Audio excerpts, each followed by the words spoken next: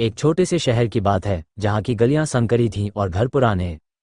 शहर का नाम था कराची। के पास एक कस्बा जहाँ लोग अपनी जिंदगी में इतने व्यस्त थे कि मरने वालों को याद करने का वक्त भी कम ही मिलता था। कब्रिस्तान शहर के बाहर था जहाँ पुरानी कब्रें धूल से ढकी रहती थीं और रातें इतनी शांत की हवा की सरसराहट भी डरावनी लगती। वहाँ एक आदमी काम करता था, नाम था अहमद। अहमद की उम्र 40 के करीब थी, चेहरा सख्त, आंखें गहरी और बातें कम। वह कब्रिस्तान का रखवाला था, कब्रें खोदता, मिट्टी डालता और रात को पहरा देता। लोग उसे कब्र वाला कहते थे और बच्चे उससे डरते थे।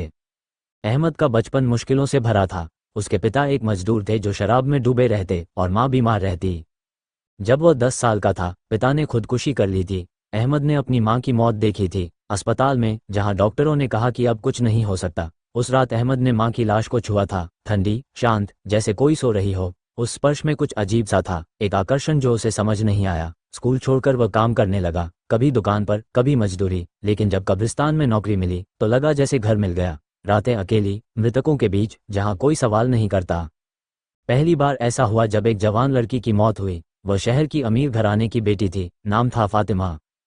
कार एक्सीडेंट में मर गई थी। उसके जनाजे में पूरा शहर आया, रोते बिलखते लोग।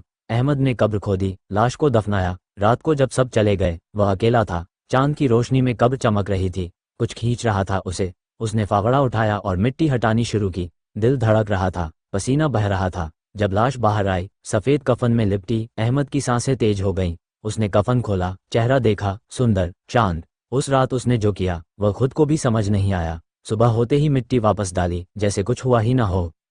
उसके बाद यह आदत बन गई, हर नई कब्र, खासकर जवान औरतों की, उसे बुलाती। वह रात का इंतजार करता जब शहर सो जाता। कब्रिस्तान में कुत्ते भौंकते, लेकिन अहमद को डर नहीं लगता। वह सोचता, ये मृतक हैं, इन्हें दर्द नहीं होता, ये शिकायत नहीं करेंगे। पहली कुछ बार अपराध बोध होता, लेकिन धीरे धीरे वह सामान्य हो गया। उसने गिनती रखनी शुरू की, 1, 2, 3। हर बार एक नई कहानी, एक नया चेहरा। शहर में अफवाहें उड़ने लगी। लोग कहते, कब्रें खुद ब खुद हिलती हैं, मिट्टी उखड़ी मिलती है, लेकिन कोई गंभीरता से नहीं लेता। आखिर कब्रिस्तान में भूतों की बातें तो आम हैं। अहमद की जिंदगी बाहर से सामान्य थी। वह दिन में बाजार जाता, सब्जी खरीदता, मस्जिद में नमाज पढ़ता। पड़ोसी उसे शांत आदमी मानते, लेकिन रातें उसकी थीं। एक बार एक बूढ़ी औरत की मौत हुई, लेकिन अहमद को वह पसंद नहीं आई। वह चुनता था, जवान, सुंदर। उसने एक डायरी रखी जिसमें नाम लिखता, तारीख और छोटा सा वर्णन। फातिमा, पहली, सुंदर आंखें। रुखसाना, लंबे बाल, नरम त्वचा। गिनती बढ़ती गई, 10, 20, 30। वह खुद को राजा समझता, मृतकों का राजा। शहर में एक पुलिस वाला था, नाम इंस्पेक्टर खान। वह नया आया था, युवा, उत्साही। एक दिन एक परिवार ने शिकायत की, उनकी बेटी की कब्र उखड़ी हुई मिली। इंस्पेक्टर ने जाकर देखा, मिट्टी ताजी थी, जैसे किसी ने हाल ही में हटाई हो। वह हैरान हुआ, ये भूतों का काम नहीं, इंसान का है, उसने कहा। जांच शुरू हुई। कब्रिस्तान के आसपास लोग पूछताछ करने लगे। अहमद को शक हुआ, लेकिन वह सतर्क रहा। रातें अब कम हो गईं, लेकिन लालच नहीं गया। एक रात एक नई लाश आई, एक स्कूल टीचर की, नाम सारा, सुंदर, गोरी। अहमद इंतजार नहीं कर सका। आधी रात को वह फावड़ा लेकर गया। मिट्टी हटा रहा था कि दूर से टॉर्च की रोशनी आई। इंस्पेक्टर खान छिपकर देख रहा था। अहमद पकड़ा गया, लाश आधी बाहर। शहर में हंगामा मच गया। अहमद को जेल में डाला गया। पूछताछ हुई। पहले तो वह चुप रहा, लेकिन फिर टूट गया। उसने सब कबूल लिया। 48 लाशें, 5 साल में। डायरी मिली, सबूत मिले। लोग सदमे में थे, कैसे कोई ऐसा कर सकता है। महिलाएं डर गईं, कब्रों पर ताले लगाने लगीं। अदालत में मुकदमा चला। अहमद ने कहा, मुझे पता नहीं क्यों, लेकिन वे मुझे बुलाती थीं। डॉक्टरों ने कहा, यह नेक्रोफिलिया है, एक बीमारी, लेकिन कानून ने सजा दी, उम्र कैद। शहर अब बदल गया। कब्रिस्तान में कैमरे लगे, पहरा बढ़ा।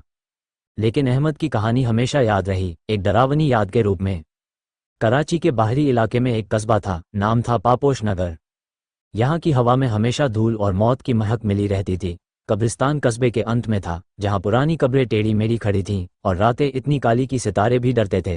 अहमद इसी कब्रिस्तान का रखवाला था। उसकी उम्र 40 साल की थी, शरीर दुबला पतला, चेहरा झुर्रियों से भरा और आंखें ऐसी कि उनमें अंधेरा बसता था। वह दिन में कब्रें खोदता, लाशें दफनाता और रात में पहरा देता। लोग उसे देखकर रास्ता बदल लेते, बच्चे उसे भूत वाला कहते, लेकिन अहमद को परवाह नहीं थी। वह अकेला था और अकेलापन उसका दोस्त था। अहमद का जन्म एक गरीब परिवार में हुआ था। पिता मजदूर थे जो रोज शराब पीकर घर आते और मारते।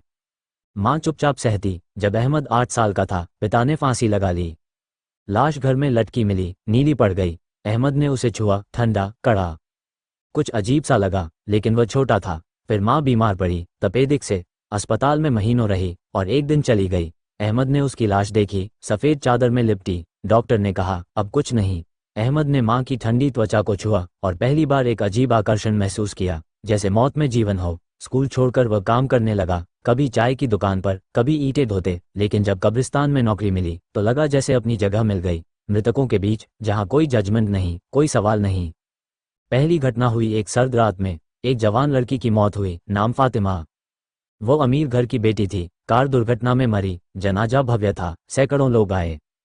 अहमद ने कब्र खोदी, लाश को नीचे उतारा, मिट्टी डाली। शाम को सब चले गए। रात हुई, चांद निकला। अहमद को नींद नहीं आई। वह कब्रिस्तान गया, फावड़ा साथ था।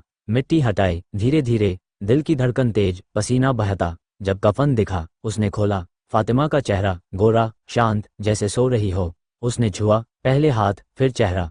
फिर जो हुआ वह शब्दों में बयान नहीं। सुबह होते ही मिट्टी वापस, जैसे कुछ नहीं हुआ। लेकिन अहमद बदल गया। वह अब जीवित औरतों से दूर रहता, मौत उसे आकर्षित करती। समय बीता, घटनाएं बढ़ीं।